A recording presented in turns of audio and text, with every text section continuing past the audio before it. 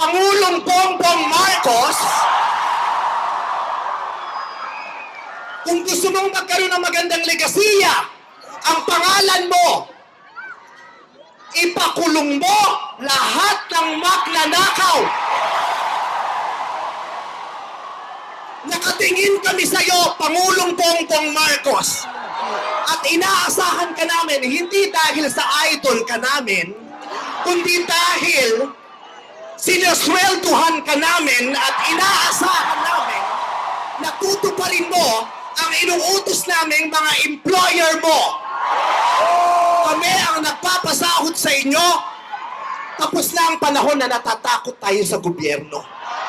Takutin natin ang gobyerno dahil ang kapangyarihan nasa sa atin, wala sa kanila. Nakatingin kami sa inyo. Ipakulong. Lahat ipakulong. Bawiin ang mga ari-arian.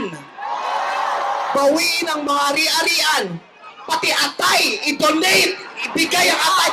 Pati mata, i-donate. Walang ititira kasi nga, hindi tayo pwedeng maawa.